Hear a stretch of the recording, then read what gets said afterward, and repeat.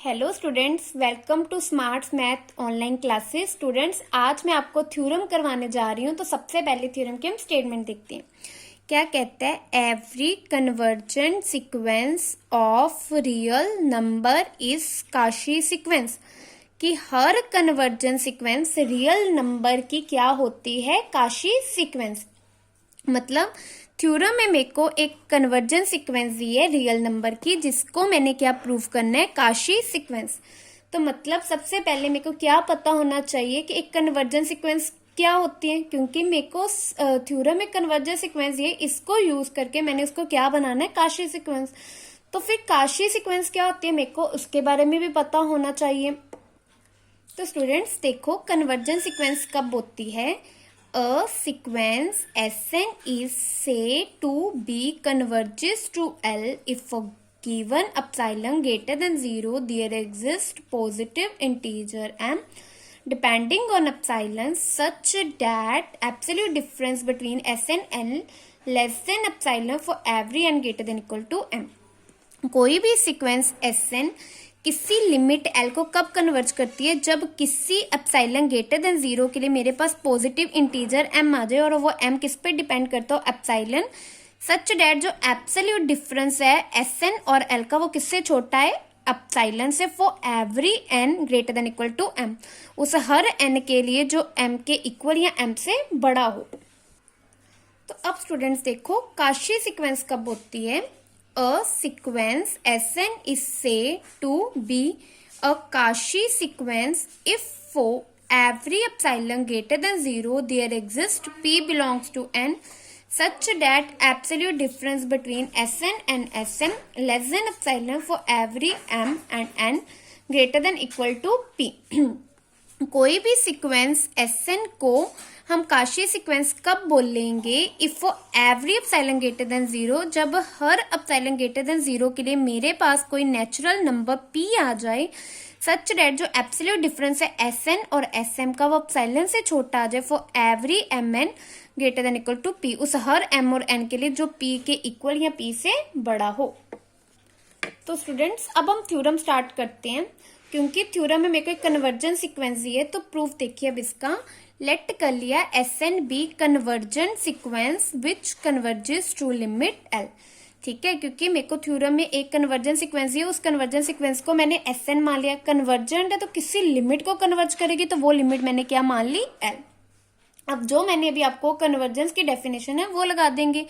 बताइए ना, जो डेफिनेशन वो लगा देंगे। For given epsilon greater than 0 there exist p belongs to n such that Sn absolute difference between S and L less than epsilon by 2 for every n greater than equal to p।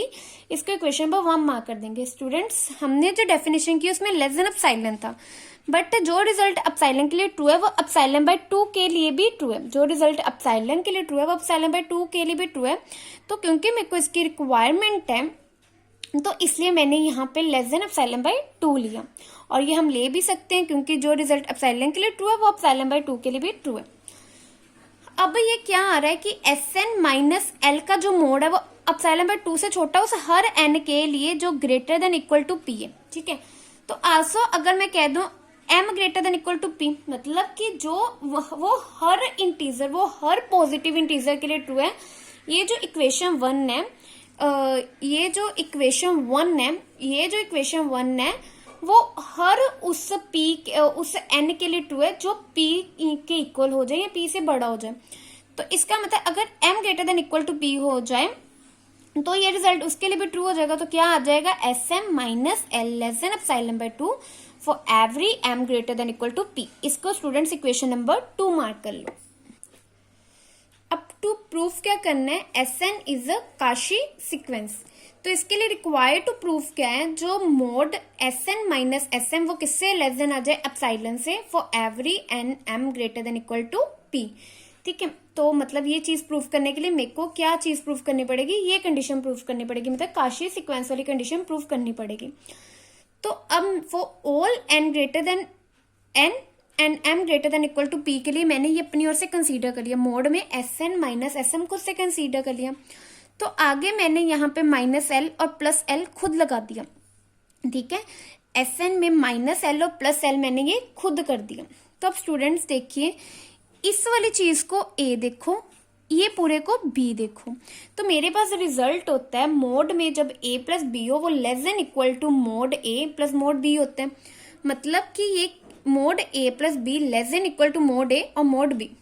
इस वाले case में ए में मेरे पास क्या है, S N minus L, ये less than equal to क्या हो जाएगा, mode A plus mod B. तो ए क्या बन रहा है मेरे पास, एस एन माइनस एल, और बी मेरे पास क्या बन रहा है, एल माइनस एस एन। ठीक है स्टूडेंट्स, तो क्या बचा मेरे पास, S N minus S L is equal to mod S N minus L plus S M minus L. ये देख लीजिए, S N minus L as it is लिया, but L minus S M mod की जगह मैंने S M minus L ले लिया। ये क्यों आया, क्योंकि mod A minus B is equal to होता है मोड बी माइनस ए के। अब देखिए, ये जो एस एन माइनस एल था इक्वेशन 1 में, वो एप्सिलॉन बाय 2 से छोटा था, और S M minus L epsilon by 2 से छोटा था इक्वेशन 2 में। ठीक है ना, तो ये क्या बन गया, mod S N minus S M less than epsilon by 2 plus epsilon by 2 is equal to epsilon. Therefore मेरे पास क्या आया, for all N M greater than equal to P we have, मेरे पास क्या आया, mod S N minus S M less than epsilon.